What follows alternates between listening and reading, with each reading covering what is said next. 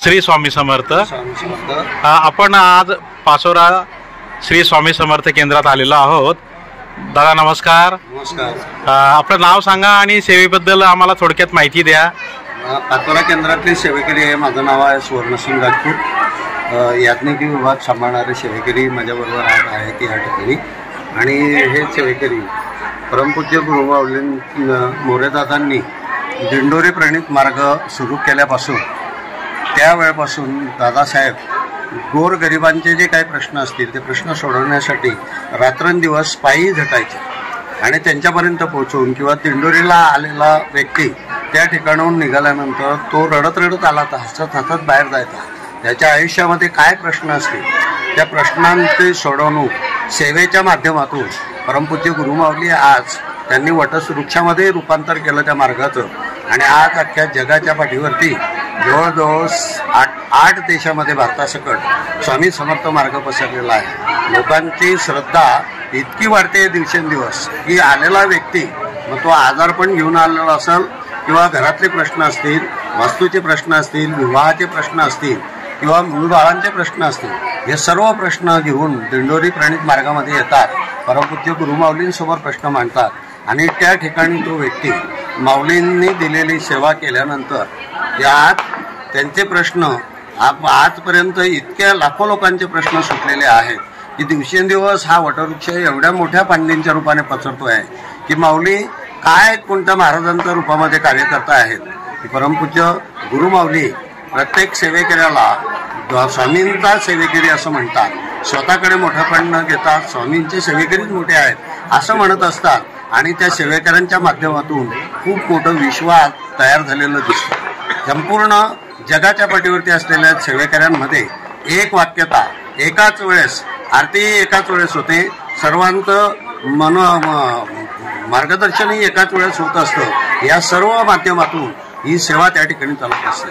आज माऊलींच्या आशीर्वादाने हजारो सेवेकरी जे कॅन्सर पीडित होते ते दिंडोरीला आले आणि त्यांनी त्या ठिकाणी माऊलींनी दिलेली सेवा आणि त्यांनी दिलेलं औषधं याच्याने इतके सेवेकरी आज कॅन्सरमुक्त होत आहेत। कारण भारताच्या पाठीवरती पंजाब हे राष्ट्र असं होतं की त्या ठिकाणी कॅन्सर एवढ्या जोराचा होता की आज त्या ठिकाणी स्वामी समर्थ मार्गाची एक अख्खी गाडी भरून ते सप्तरंगीचा काढा पंजाबला जातो। पंजाबचे सेवेकरी दिंडोरीला येतात की तुमच्या आशीर्वादाने आमचा कॅन्सर बरा झाला।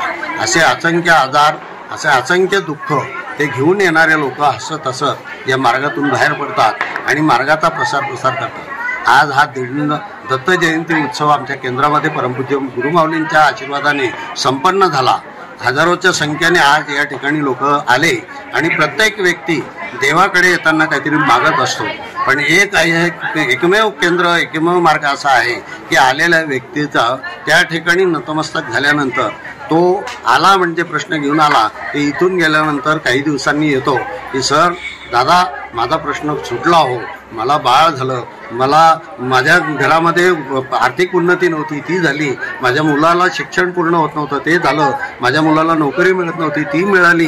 हे सगळं महाराज आणि माऊलींच्या आशीर्वादाने घडतं। हे आमच्या मार्गाचं हे गणित आजपर्यंत लोकांना कळत नव्हतं, पण ते आता त्याचा प्रसार व्हायला लागला आणि लोकांना त्याचं उद्दिष्ट गाठायला मिळायला लागलं सेवेच्या माध्यमातून। एवढंच नव्हे, 80% समाजकार्यामध्ये ज्या गावाला पाणी पुरवठा नाही त्या ठिकाणी मार्गाने पाण्याच्या टाक्या पोचवल्या, ज्या जनावरांना चारा नाही त्या ठिकाणी चारा पोचवला, ज्या आया बहिणींच्या अंगावरती नंदुरबार जिल्ह्यामध्ये आदिवासी महिलांना अंगावरती साड्या नाहीत तर जवळजवळ 1.5 लाख महिलांना परमपूज्य गुरुमाऊलींनी दिवाळीच्या कालावधीमध्ये भाऊबीजेसाठी साड्यांचं सुद्धा त्या ठिकाणी वितरण करायला लावलं। सगळे सेवेकरी त्या ठिकाणी हिरिरीने भाग घेतात। आमचा मार्ग कोणत्याही प्रकारचा गोंधळ नाही, कोणत्याही प्रकारची धक्काबुक्की नाही, सर्व येतात आणि त्या ठिकाणी शांततेने दर्शन घेतात, आपल्या मनाची इच्छा सांगतात आणि महाराजांकडून भरभरून आशीर्वाद घेतात। हे आमच्या मार्गाचं उद्दिष्ट आहे। माझी सेवा समाप्त करतो। श्री स्वामी समर्थ। श्री स्वामी समर्थ। श्री स्वामी समर्थ। श्री स्वामी समर्थ। केंद्रात आपलं स्वागत आहे।